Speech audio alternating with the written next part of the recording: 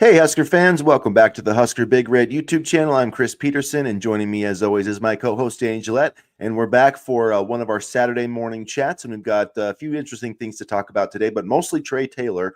We're fresh on the heels of Trae Taylor's commitment, which was massive for the Huskers. That was on Thursday. Lots of crazy things happening with the hat throwing, and so the Illinois fan base and their old quarterback, got their got in a tizzy, I guess, about that whole decision, acting like that was the first time that ever happened. So anyway, we'll get into all that type of stuff, wrap up, kind of put a final bow on spring ball. So if you're hanging around here on Facebook or YouTube, any of the social channels here for Husker Big Red, come hang out with us, come chat some Huskers. But if not, you can catch us on the replay. Make sure that you guys hit the like button, hit the subscribe button. Make sure you get into the comments section. And Danny, how are you on this Saturday morning? Good. I was wearing my hat today before I came on the show, but I threw it, so I hope you're not mad at me. I mean, I was wearing my Huskers hat, and I just decided to toss it. So, I mean, hopefully this doesn't cause national outrage, but I'm good. I'm always happy to talk some shop with you, even if, the viewers aren't necessarily awake yet. But, I'm doing well. I'm doing well. Yeah, it was interesting the outrage from the Illinois people and Luke Altmaier, which I didn't really understand like what was it was like a corn thing, and I'm not really sure all that was about, but he really pissed off Husker Nation on Thursday, that's for sure. They made him like delete his tweet. Yeah, he did, and honestly, you know what? I didn't peg it as a rivalry before necessarily, but I love the fact that there's bad blood between Nebraska and Illinois. I mean, we've had some good battles over the years, and I love that that's become sort of a rivalry almost. Yeah, it was just kind of interesting. And Trae Taylor, he did go on camera and apologized after the fact. So, it's whatever. It's not like it's the first time it's ever happened. It's happened. I'm pretty sure it's been happened in Nebraska quite a few times. It's just, it is what it is. I don't think it's that big a deal. But what I do think is a big deal is the commitment of Trae Taylor. So we'll talk about that as James Allen from joining us from Kansas. Morning, James. Good morning, James. Go Big Red. Of course, I'm in Montana. Danny's in Massachusetts. So Husker fans, from all over the place. So no matter where you are, come join the chat. Let's see what we got here from I Mitchell. agree with Mitchell. Yeah, I just thought it was funny that like the national analysts like Jake Butt said, "Oh, teams will remember this." Blah blah blah. 2 years down the road, if teams need a quarterback, they're gonna go get him. They don't care about a hat throw. If he killed a guy, okay, then there's one thing. But a hat throw, sorry, he's not. Teams aren't going to lose sleep over that 2 years from now. No, and it's not like he's the first. It's not like he's the first guy who came up with it. So definitely overblown. But I don't know. Illinois they seem to complain. They play the victim a lot. Brett Bielema and Illinois like to play the victim a lot with the officials. And I mean, I think he's a good coach, and I didn't see him. I do too. I've always said that. Like I like him as a coach a lot, but as like a martyr, he's got to sharpen his game a little bit. He always likes to play the victim with the refs, and this wasn't really him, but a lot of Illinois reporters kind of said that. Like you said, Jake Butt. But anyway, to focus on what this means for Nebraska, just how big is this commitment? I know that I have said I think it's the biggest commitment. I guess not the biggest commitment for Matt Rule, but the most impressive, because I do think that Dylan Raiola was the biggest commitment, and I don't think Nebraska would get Trae Taylor without Dylan Raiola, without that domino. But I do think that this is the most impressive for Matt Rule because, with Dylan Raiola, they had all those natural ties. And like we said the other day, he closed the deal, but it did kind of fall into his lap a little bit. I mean, he had a lot of benefits, whereas Trae Taylor, this is a kid out of Chicago. He's been offered, by teams in the 7th grade. He visited Michigan 14 times, like Notre Dame 6 or 8 times. Nebraska offered him last year, posted him 4 times, and closed the deal. So really impressive recruitment by Matt Rule. Absolutely, and I think a good. I'm not going to say a good portion, but credit also belongs to Glenn Thomas.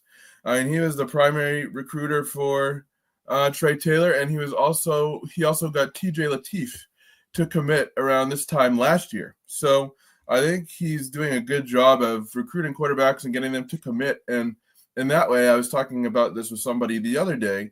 He's the perfect complement to Dana Holgorsen, the offensive coordinator, who doesn't necessarily have to recruit quarterbacks because Glenn can do it.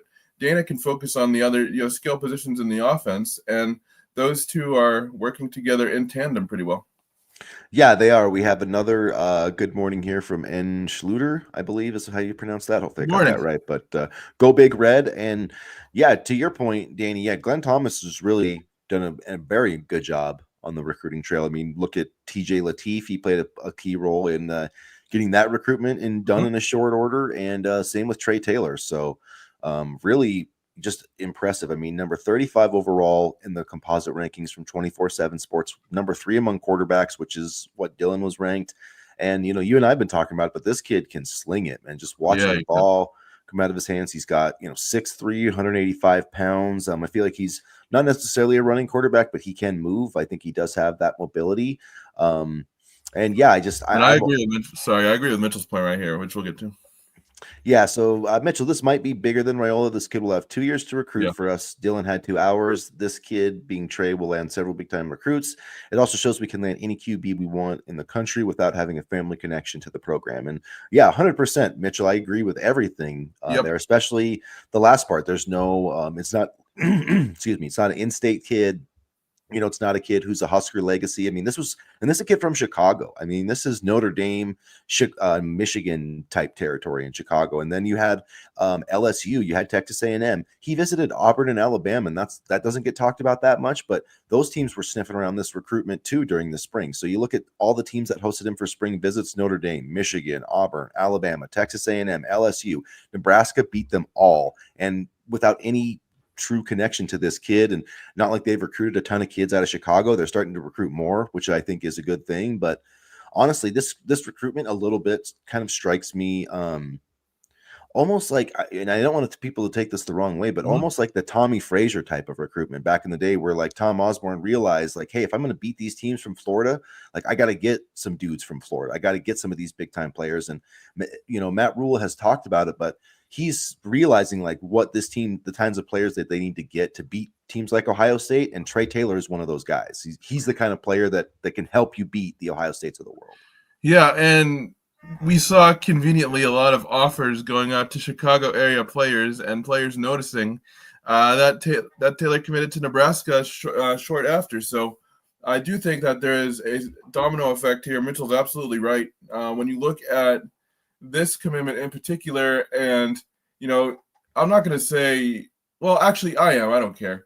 This class is basically Taylor's class to build, and I know obviously coaches got to recruit and stuff like that, but if he wants a receiver and he wants to peer recruit, he can go get him, and I think that's important too, because as much as the Raiola commitment was very big, Raiola, didn't have time to recruit. We brought in, Jamal Banks and Isaiah Nair and, playmakers from the transfer portal, but now you can get legitimate dogs, as the kids say, to come in and ball and play for Nebraska, and I think that's a great thing. Yeah, and as Schluter says here, and Schluter, this Trey Taylor commit is absolutely huge for years to come. And he also Mhm. says, fully agree with Mitchell. This means so much I agree. for the program, to the program. And something that we kind of talked about too is, Nebraska's getting players like this, and they had 1 7-win season. They had 1 6-6 season with the Pinstripe Bowl win. And I'm not scoffing at that. I think that was a step in the right No. direction. But what if Nebraska, as we talked about, what if they're a top 25 team like most of the season? Maybe not even quite a playoff team, but just, like 8-9 wins, and they actually start putting together true success on the field. Like, Mhm. just think how that is going to springboard the 2027 class, which I think has a chance to be really special for this program. Let's see. So James says Taylor's commitment tells the direction Nebraska's football program is going in. Yeah, I I definitely think, yeah. yeah, Yeah. I think this is a huge, yeah, like if Matt Rule can get recruits like this, like Nebraska is going to succeed, like no question about it. Mhm. Um, I don't know if you guys listen to Benning. Sometimes I do, but Yeah, he said sometimes I do. He's good. Rule. Yeah, I really respect everything he says, though. I think he's Yeah, on point generally. absolutely. Nebraska recruits like they've already won a national title. They don't beg, they don't bend, they don't compromise. They tell you this is what we can give you. This is your NIL value. We'd love to have you, but you can take this offer or leave it. In the short term, it might cost us some players. Marty Brown is an example, Yep. but it's a better long-term plan. Look at what we're doing now after a 7-win season. Yeah, I 100% agree with you, Mitchell. It's not, you have to be disciplined in the way that you want to recruit kids, right? And especially, nowadays, I think you have to have a value in mind. You have to, like we've talked about before, it's about, you have to have the right role for the kid, and then you have to have the right pay too. I mean, and that's important. I do think that's what happened with Marty Brown. I think after Cal ducked out, I think they went to Nebraska and Miami and were like, what are you going to do for us? And Nebraska's like, we're going to do the same thing that we were going to do for you last Tuesday. Like, we want you here, but we're not going to break the bank for you. So, yeah, I like it. And I think the culture, I think, is really interesting. And one thing that was interesting about Trae Taylor's recruitment, I haven't like double checked this, but one thing that I read is that his parents have actually not informed him of what the different NIL offers are, that they've gotten the NIL I read the same information. thing, so Yeah, but that they've allowed Trae to just make the decision based on where he wants to go. I think that's pretty smart. And I give a lot of credit to his family. I'm not, maybe not all families are in the position to do that. I'm not like financially, I don't really know, but I think that's pretty amazing for his family to do that, and a great sign for Nebraska that he picked the Huskers. It allows the kid to make the best decision while the parents have control. Well, I'm not even going to say control, but they know what money is out there. Because let me say, if I had some of this money that these kids have at 16, I'd be buying like 16 Xboxes, like 10 like TVs, like a portable video game system. I wouldn't spend it wisely. And now, like, he has money that could set him up for life. So the fact that, his parents allegedly, knew the money, didn't tell him, and let him make the best decision without also, pushing their perspective on him, it seemed, was a great thing. Yeah, and I love this kid. It sounds like he's been committed for a couple of weeks. It sounds like. I can't remember who I read that from, whether it was Brian Munson or it was one. I think it was one of the Husker Online guys, either Munson or Sipple. But apparently, Trae's been committed for a couple of weeks. So I remember when Keith Williams, tweeted out the Dylan Raiola thing I few weeks ago. I think that was maybe after one of Trae's visits. I thought that was pretty telling. Back then, they offered Keegan Croucher shortly after that, so I don't know if he, committed, but it felt like after that visit they were in a good spot. And once he took that final visit, I really was really good. It always worries me, like when it seemed like that Trae was kind of following the predictions, so it always worries me when guys are like wondering about that and maybe wanted to make a change at the last second. But yeah, great addition for this class. Any estimates on what he's getting? I bet 1.5 to 2 million. Yeah, I don't think you're probably off in that guess. I'd say at least 1.5. Yeah. Yeah, for the 35th overall prospect, I think that's just probably the paying rate. I mean, you're definitely paying him over $1 million. I know just from Matt Ludwig, who was on the recruiting radar of Nebraska, the tight end from Montana, my home state of Montana, just in talking to some assistant coaches through the grapevine, like he's been offered, like, just reportedly, no confirmation on this, but about $800,000 from Texas Tech. And he's like ranked, I mean, he's highly rated. He's like 200. So, yeah, it wouldn't surprise me if this was close to 2 million, probably right around what they paid Dylan Raiola. I can't imagine getting that much money that young. I mean, man, people, kids are selfish, blah, blah, blah. Well, hey, if $5 million was on the table, I'd be selfish too. I'm sorry. Like, man, this is crazy money. But you know what? Nebraska is willing to pony up that money. And I give a lot of credit to Troy Dannon. I give a lot of credit to Matt Rule for kind of changing his high school development only philosophy and adapting to NIL. And, I give a lot of credit to the kids themselves. And I think when you look at this quarterback room, for example, from what it was, let's say, 3 years ago, and compare it to now with the amount of talent that they have, I think we're in a much better spot. And that speaks to how well Matt Rule has been able to recruit the quarterback position. We talk about he recruits well wide receivers, defensive ends, this, that, and the other thing. But his quarterback recruiting has been top notch. Yeah, 100%. I mean, you look at this team and this program and what they switched away from the triple option. When the Huskers fired Frank Solich and went to the Bill Callahan era, and Zach Taylor had some success early on. But man, I mean, after that, Taylor Martinez, really, I mean, it's not like Tommy Armstrong was a solid quarterback. He won a lot of games for Nebraska. So did I'm trying to think of some of the other guys that have come along. I mean, Adrian Martinez he had his moments, but I mean, the quarterback position has been a bugaboo for Nebraska really since they transitioned away from, the triple option and went to more of a, pro style, spread style, whatever. It's been a bunch of different things, but we mentioned, Zach Taylor was offensive player of the year. I think what 2008, 2000. I don't remember I exactly. I want think to it say was 2000. 09, but I could be Yeah, mistaken. I think you're right. 09, and then Taylor Martinez was, all Big 12 and all Big 10, but that's been over a decade ago. And if you want to start winning games and having a playoff team, like you have to have a quarterback that's, third team all Big 10. I mean, that's just what it has to be. And Trae Taylor, Dylan Raiola, TJ Lateef, Dayton Raiola, they all, I think, have raised the ceiling of this quarterback room and the floor, because it's like, we talked about it, like Dayton Raiola may never start at Nebraska, but Yeah. if he does, like he's going to have to earn it. And that's the same thing with TJ Lateef. These guys are going to have to beat out multiple, blue chip quarterbacks to get that job. So whoever is the next starter after Dylan is going to have earned it. And that's a promising thing, I think, for the Huskers. Nowadays, you have to almost recruit 3 or 4 quarterbacks to your room because you know that one of them is probably going to be gone.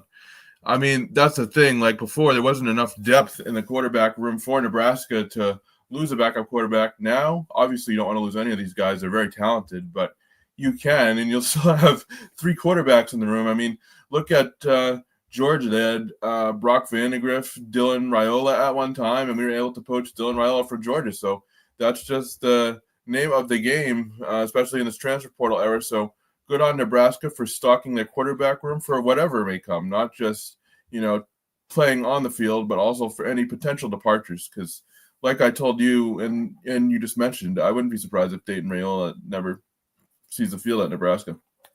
Yeah, it's definitely going to be tough for him. It's going to be interesting to see if if Dylan plays well enough to leave after 3 seasons. I think that's going to be really, last year. I mean, when he first signed with Nebraska, I was like, yeah, 3 years he'll be gone. After last year, I'm like, we'll see. This season's going to be really, really big for his development, not only for his pro status, but for Nebraska. And really, I mean, the the NFL draft stock of Dylan Raiola and the success in Nebraska are pretty much linked, in my opinion. So, like, the better he plays, the more Nebraska wins, the higher he's going to get drafted. So it's all good one way or another. So let's get to this comment from Mitchell.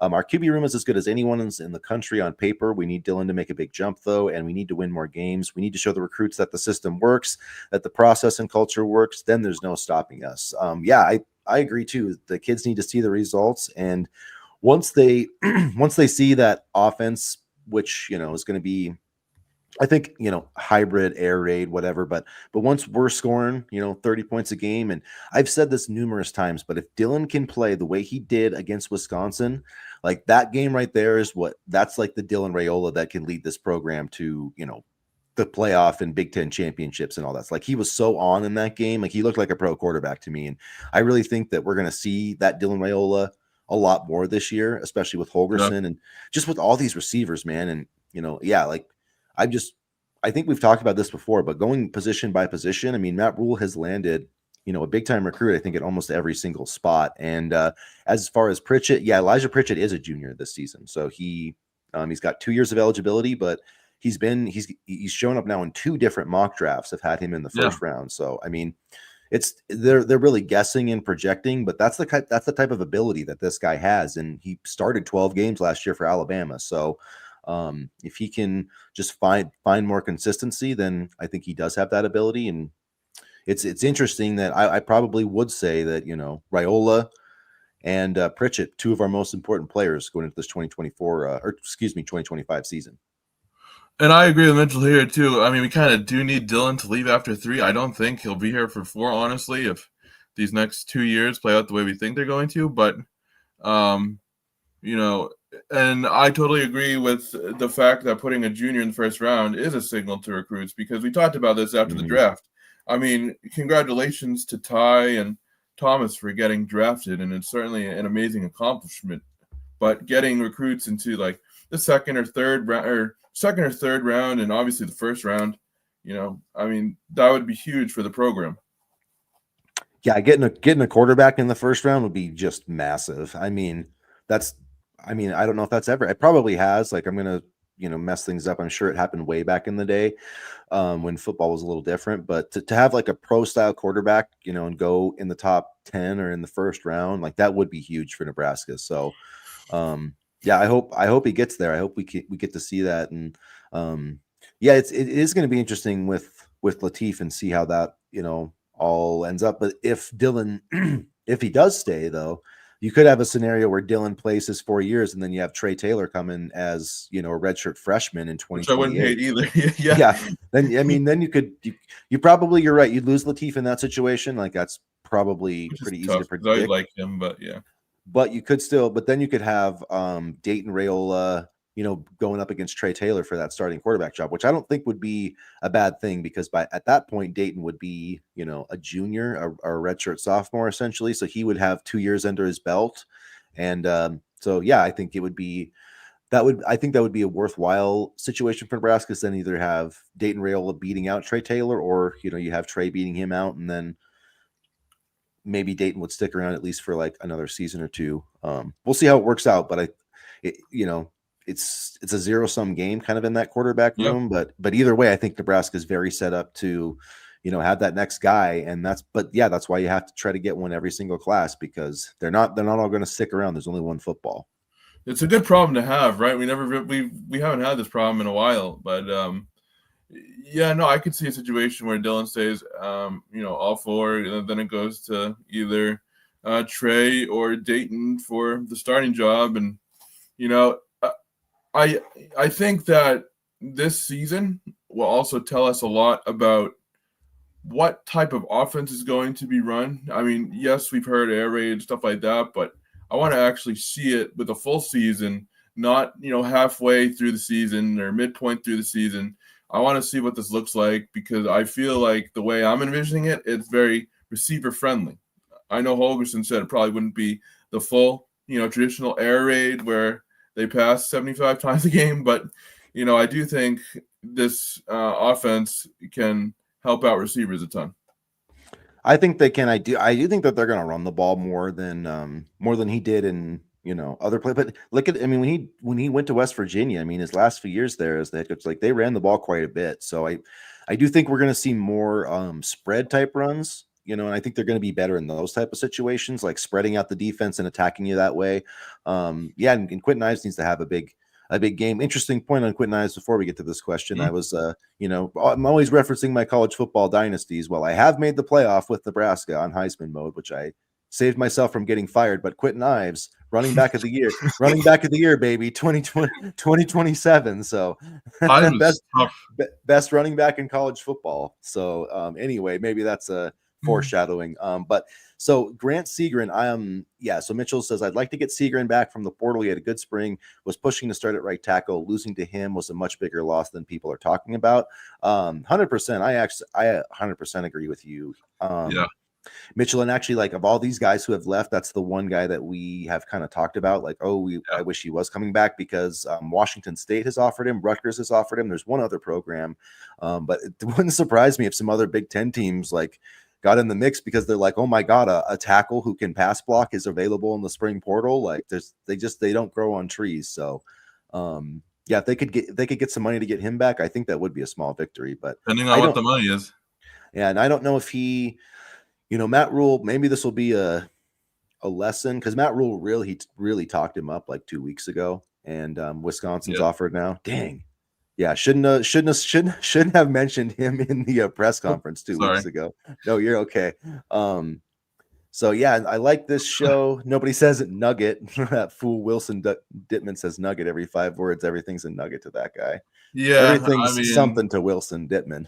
We pride ourselves on not being that guy, even if we may be sloppy and kind of unorganized at times. But we're not here to offer nuggets. Although I am hungry for some Wendy's chicken nuggets right now. That sounds absolutely amazing. It's too early, but I mean, I would love some nuggets.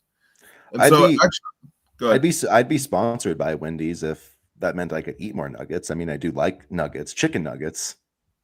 We do sometimes say recruiting nuggets, though. I do have to say we do, but we're not like spreading BS every 5 sentences, or at least we try not to. We get on our Patriots tangents, and then it's all downhill from there. James says, "What are your thoughts about the commitment of the new kicker?" And this is good, because I almost forgot about the commitment itself. So Kyle, and I'm so sorry, I'm not very good at pronouncing names. If you'll probably learn this, Mitchell. I couldn't either. I was like, I'll see. QAnon. I don't want to call him QAnon, Kyle QAnon, but anyway, he's from. So he was at Charlotte for 2 seasons. He transferred to Cal, and then I think he went back into the portal. Anyway, Yeah. what he told Sean Callahan is that this is a direct quote. One of the big things they were looking for in this process, and they saw in me in terms of ball striking, hitting a clean enough ball that doesn't get affected by the wind, being consistent in a windy environment is important. So to me, this really strikes me as a Mike Eckler. Yep. We got to get this guy, and Has Mike Eckler written all over it. yeah, Mike Eckler written all over it. And so if John Hall and Tristan Alvano, like you better strap on and get ready for camp, because this is going to be I think this is going to be a 3-way competition. Whoever, like the best man wins. And I don't know who it's going to be, but I know this kid, I think he's 15 to 24 for his career. I want to say he's been perfect on his 14 to 20, 14 to 20 for his career, along of 49 yards, 21 to 21 on PATs. 22 of 51 kickoffs have gone for touchbacks. So even if he's not the place kicker, he might be a kickoff specialist. That's what I was thinking too. I was thinking, maybe Tristan and John battle it out, and then have Kyle just be the touchback specialist type of guy, which teams do have. I mean, teams do utilize kickers in that way. So I can't remember the last time Nebraska's had a touchback specialist or a kicker that consistently had touchbacks, but the way I saw it is Tristan and John, battle it out initially, have Kyle be the touchback guy, but if either of them don't get things going, they'll have Kyle there to kind of slide in if need be.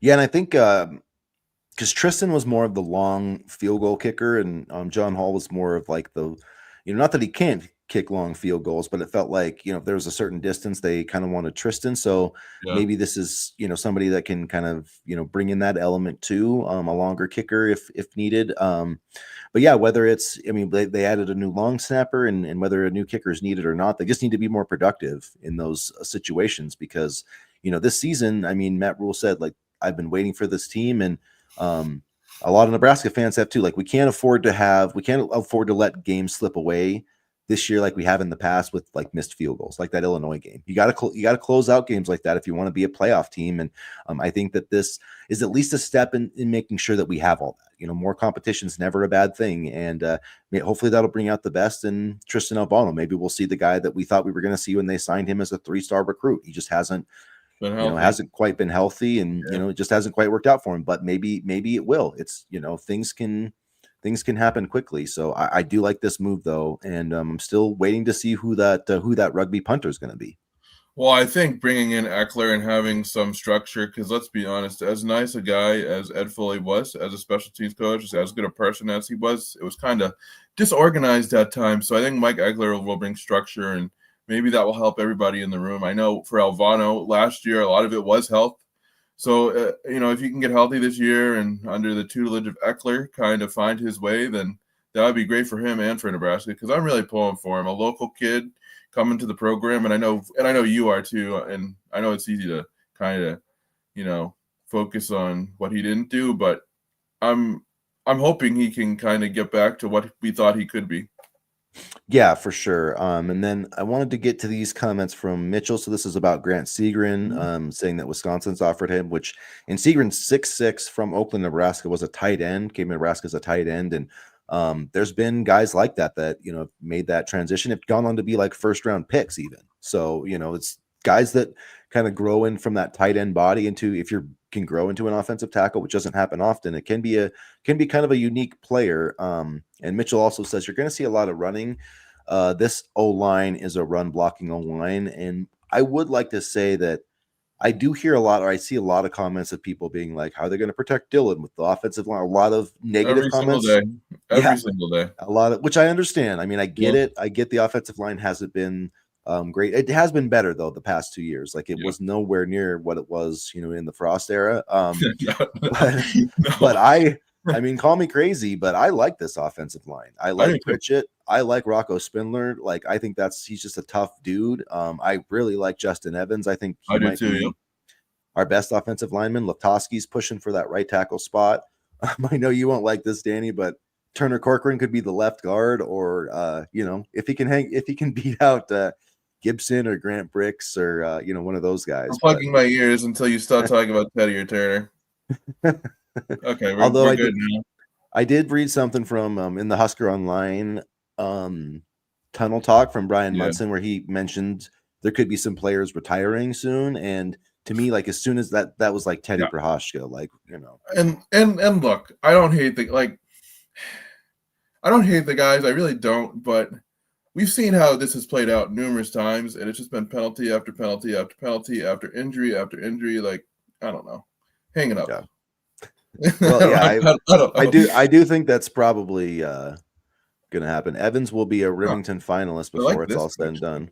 Yeah. Yeah, I definitely could see that. I really think he might be our best offensive lineman this season. I mean, I know Pritchett will have like more probably higher draft stock just because he Mhm. plays left tackle, but having a really good center is a really big deal, and I think Evans is going to be really good. And there's also, Sam Sledge still in the mix. Gunnar Gatula could bump from left tackle to left guard. I mean, there's what I feel good about is whether it ends up being Turner Corcoran or Gatula or Sam Sledge or whoever, like it's either going to be an experienced guy or it's going to be somebody who's beat out an experienced guy to get that Mm. job. So I feel good about the depth, and I really think this team is like 8 or 9 guys could start and not really blink an eye. And when you said Segren's transition from tight end to offensive line, that instantly made me think of Cam Jurgens, who was a center. Yeah. And we thought that he struggled at Nebraska because he was just transitioning from the tight end position, and look where he is now. Just got a new deal with the Philadelphia Eagles, Super Bowl champion a couple months ago. So, I mean, if a guy like Justin Evans can even just have a couple good games or a good season, who knows? Because that combine, I know people like to talk down on the NFL combine, but it really does raise stock for a lot of these guys, and Jurgens was proof of that. And Ty Robinson. Yeah. I still think Ty Robinson should have went on the second day of the draft, but the Eagles, the rich keep getting richer, man. I mean, that's again like that's a day 2 guy they got on day 3, and Ty Robinson is going to come in and be like, I think he can contribute right away. He's a pass rusher, he's a run stuffer. Like I really like that pick for the Well, I mean, they Eagles. lost And Milton Williams, so I think yeah. he can come in right away and contribute. Thankfully, Milton Williams is on our Patriots now, but But anyway, it'll be fun to have Cam Jurgens and Ty Robinson, two Nebraska guys, kind of going at it. So that'll be fun in training and is camp Nick when that. Gates still with Philly or Who's that? Nick Gates? I don't know. I think Nick Gates. They also don't they have Stoll as well, Jack Stoll for a Yeah, while. yeah, they did. So let's see. Evans was also Rylan's first.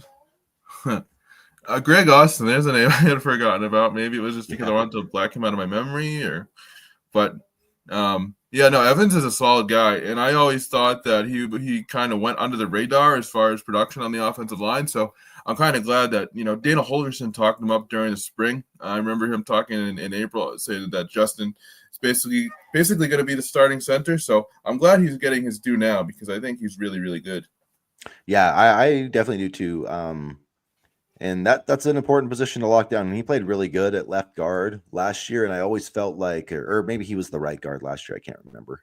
But I always felt like they wanted him to be the long-term center or the starting center. And so I like that he took the bull by the horns and grabbed that job. So, I mean, is there anything Yep. else now that we had the scrimmage last Saturday? What are some of your big questions coming out of spring ball about this team?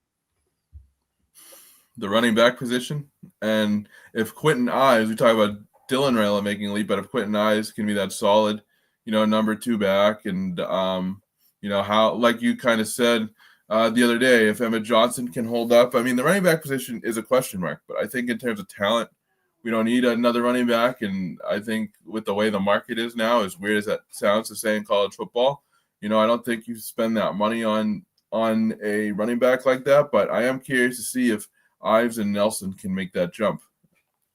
Yeah, Ives, Nelson, Jamarian Parker too, Connor Booth.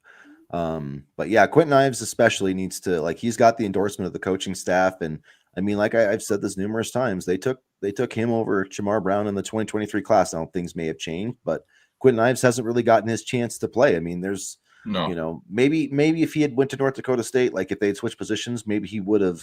I'm not saying he would have been the Jerry Rice Award winner or whatever, but maybe he rushes for like 1,000 yards. Like, you know what I mean? He's a talented guy, and we'll see what he can do. But I believe that in my heart of hearts, I think Emmett Johnson is going to get over 1,000 total yards this season. I'm not sure if he'll get 1,000 yards rushing. I want to say like 900. I think he gets like 900 and maybe 400 or 500 receiving. Let's see. So Mitchell, I'm more concerned with who the number 3 running back is. I'm not concerned about Ives. He will prove doubters wrong. So do you think number 3 is a battle between, Nelson and then eventually Parker? Or do you think it's what do you think? Yeah, or it could almost be where maybe they even Connor Booth have their own different roles, share a role, because I feel like Nelson's a better receiver, and I think that Parker's probably a better runner. I think that Mekhi, if that's how you pronounce it, I get his name mixed up all the time, but I do think that that's how I've been pronouncing it. Yeah. Okay. I think that he is a really dynamic receiver. I think he's a good runner too. So I don't know but I would be surprised to see him, catching some passes. It wouldn't shock me if he caught more passes than Ives, but I don't know. I think Ives can catch the ball too, and you know what? So can Emmett Johnson. So, and this is a big year for EJ Barthel too, because a lot of eyebrows were raised when he was, brought back to the coaching staff. So this is a big year for him. What about the guy Kenneth something or other? I'm not sure. Is that that must be a different player on the roster? Maybe you're thinking of Connor Booth, maybe, or I'm not sure. I'm gonna pull up the roster and see, but now I'm curious.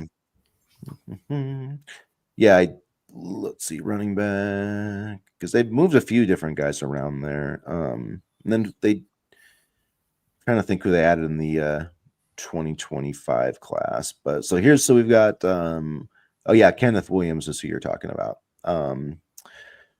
So yeah, he's a sophomore from Detroit. Yeah, he's got a little bit of buzz this spring. Played 2 games last year, had the 5-yard run. 23-yard kickoff return against Boston College in the Pinstripe Bowl. So a walk on from Lincoln High School. So yeah, he definitely could be a guy in the mix. Ran a 10.52 in the 100-meter dash. So a guy that definitely has some athleticism. And I know that some people were really kind of down on going into the Pinstripe Bowl, but in terms of springboarding futures for the program, guys like Donovan Jones, we saw Vincent Shavers, Jr. come in. We saw a guy like Kenneth Williams, like that really kind of helped them set the stage for a bigger season this coming year. So in that way, I think it was really important, and especially the extra practices as well. Yeah, and the winning. Just winning is if you're going to win, if winning is going to become a habit, you got to start doing it. And so I thought that was important. I do wish, looking back at that game, I know Quentin Ives got the touchdown run. I wish they would have gave him a few more carries, but I mean, it is what it is. I understand they wanted to win. The weather was bad too, so it would have been a great opportunity. That was a weird weather game, but yeah, he would be interesting to watch. I mean, the thing I like about Matt Rule, and he doesn't care if you're a 0-star recruit or if you're a 5-star recruit. The best guys are going to play. That's how it should be, and I think that's how it will be. And Quentin Ives, I think, is going to be a great example of that. This could definitely happen too. I didn't even really take that into account necessarily. I wouldn't mind redshirting him if it means he gets his body a little bit better and more, I don't know, college friendly, I guess you could say, for college football. I mean, we do have depth in the running back room to where we can do something like that, but I just want to see him on the field just for my own personal choice. I think he's an explosive running back who can, be a bell cow. So hopefully we see him sooner rather than later. Yeah, listed at 175. I think he said he gained like 15 pounds. So he's at 190 right now, yeah. Probably a little closer to 200. But yeah, I mean, definitely want to get a little bit above that, the 200 range. Emmett's up to, I think, 5'11", 205 now, I want to say. Ramir Johnson did have a big game, and it was so great to see him, have that game close to his home state of New Jersey. And I'll tell you what, I mean, it's worth repeating again. He definitely deserved all his flowers that day and throughout his career, because he did go through a lot.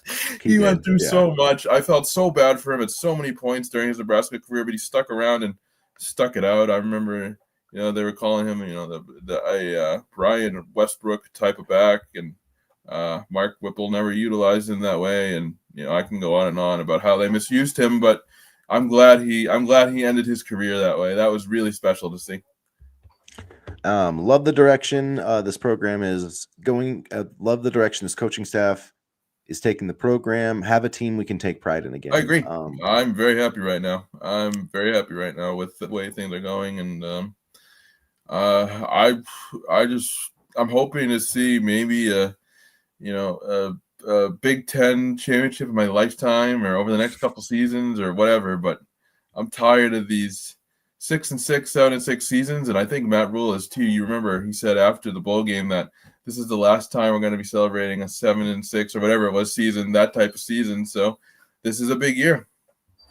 I don't know what I'll do if Nebraska wins the Big Ten championship ever. I'll probably like fall to my knees and thank the heavens and then get insanely drunk because I'm gonna be on cloud nine. That's just have perma grin on my face, you know. If they win the Big Ten championship, we'll have a drunk stream.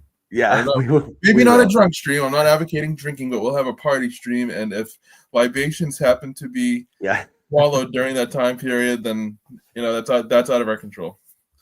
A Big Ten championship would be awesome. I mean, it's hard to win now, but it is. So considering it's like the Big 35 now, but that's. But we got the national championship drought since '97. We got the conference championship drought since 1999. So we got to get that. We got to get that canceled out. So even just a warmer bowl would be nice, not like New York in December. I mean, I know I don't mind New York in December, but it's definitely cold. Definitely cold. The Citrus Bowl or something wouldn't be bad. Yeah, that'd be good. I would like to. I do think this team can be a playoff team. We'll see though. We'll see how it all works. I mean, we've said that a lot before. So I have said that a lot before, but no, not just you, but just everybody. I mean, we always win the off season. So yeah, there's definitely Husker fans definitely are fatigued with off season hype. Not fatigued, I really just don't blame them. Yeah, just over it. They just don't buy it anymore. And because the hype train's been going since 2016, man, since Adrian Martinez's sophomore season. We've been hyping up this is the year we're gonna win the Big Ten and all this stuff. And after 2021, when the hype train was going full throttle and it just didn't work out, that's that year frustrated me so much. Yeah, I agree. Getting that bad taste out of our house would be great. And beating the top 25 team would be great. We got to start. We were there at one point last season, and then the wheels fell off. But if John Hall had made that field goal against Illinois, but whatever. No, honestly, if Marcus Satterfield just wasn't the offensive coordinator last year, that's a whole other game. That's a whole other box of worms. I defended him for a while, but it became clear very early on that the 25 screen passes and the 30 draws and wasn't going to work. But I do remember when Matt Rule got hired, I remember people talking about he's loyal, but if things don't work, he's not afraid to make changes. And that's been very true. He didn't pull the Scott Frost move and stick with Shenander for 12 years, so he made the moves that he fired his friends. He was in the college football playoff with Boise, so I don't know how. Right. Yeah. I mean, so maybe he wasn't all him. I mean, sometimes guys can improve, right? You can be a really crappy coach and then get better. I mean, look at Bill Belichick with the Cleveland Browns, sometimes you have to suck and then learn your failures and then come back. But Matt Rule, I give him a lot of credit though, because, he fired Ed Foley, he fired Satterfield, whatever happened with Tony White, but he made the moves that he needed to make, and he's put this program in a position to win. And that's exactly what I was thinking of, Mitchell, when I saw those screen passes. A guy that couldn't really run well in the first place. I was I got sick of all. I mean, it was they ran way too many screens, especially that Ohio State game. I remember that Ohio State game well because we had it in our hands, and Ohio State clearly I don't know whether they were ready, they just didn't care. But I mean, those screen passes drove me nuts because everybody knew it was coming, and Dillon could really do nothing about it, and Fedoni couldn't run. It was a mess. And it's Ohio State's not a team you screen against. They're fast as hell. they're just gonna, it's just that's just not a great move. But yeah, let's see. Yeah. Tony White was butthurt because they brought in Phil Snow. Yeah, I agree. But you know what? Get people off the field on third down, and you don't have to bring in Phil Snow. Or at least change your make adjustments. That Illinois game drove me crazy because they didn't make adjustments the entire game, and our friend Luke Altmaier just tore us up, and it was not fun to watch. Yeah, he wasn't very good on third down, and that's you have to be good on third down. I can remember, like with Michigan when they had Don Brown, like they would always get like they'd be 3rd and 10 all day, and then he would just be like Dr. Blitz, and everybody knew it was coming. And against any team with the pulse, they would just get torn to shreds. And I feel like Nebraska Did the same and thing at Tony, Boston College too. So. yeah, you're right, yeah. So, And I yeah. feel like Tony White's kind of that same way, like just. I mean, repeatedly, every time they play a good quarterback, just can't get off the field on 3rd down. Now they did against Colorado and Shadur and those guys, but the defensive line just whipped ass that day. So I mean, yeah, they had no offensive line, and that's one thing I will give Shadur credit for. He did pretty well with no offensive line. So, although he did quit in that game, which was he did quit, but I mean, it is what it is. it I'll is just what leave it it there. is. Going to be awesome to have coordinators on both sides of the ball that can make in-game and halftime changes. Yeah, I agree with that. And like the thing too about Holgerson is like I don't think he wants to be an offensive coordinator for the rest of his life. So I think he sees this as a golden opportunity to get him a head coaching job again. And if he helps Nebraska get to the playoff and helps Raiola get to the first round, like some team's going to come calling to pay him a bunch of bucks to turn their team around. So and then other like young or proven offensive coordinators want to come to Nebraska because they can see it as a stepping stone to develop. And so for some programs, being a stepping stone is not something that they want, but I think Matt Rule takes pride in developing his coaches. So I got to close out here just a few more Yeah. minutes. So we'll get a couple more questions here, then we'll wrap up. Cam Leonard, we need him. We do. Yeah, we do. Van Poppel, Keanu Davis. If they all hit, that's the sweet sauce. That's your 10 wins. I agree. Yeah, Riley Van Poppel, Dason McCullough too, another guy, and then you get McGahee. If you get the pass rush, yeah, you get the pass rush, and but yeah, I get what you're saying. If the defensive line can hold up their end, I think they've got the pass rush, the linebackers, the secondary to be a really good defense. So, and I know some people were a little bit iffy about the defensive line heading into the spring, but I actually think they have a chance to be better than last year. Yeah, I do too, especially from a pressure standpoint. I think, maybe the run defense will fall off a tiny bit, but I think the linebackers are going to be, so much better that I don't know that it will. So I would rather sack the quarterback than worry about stopping the run, because quite honestly, it's a passing league now, especially with teams like Oregon and USC and UCLA. So all right, guys, if you thanks for joining us for this Saturday morning chat. It's been a lot of fun. We're going to keep these rolling up until the season. So keep joining us again. If you haven't already, hit the like button, hit the subscribe button, and as always, go Big Red. Go Big Red.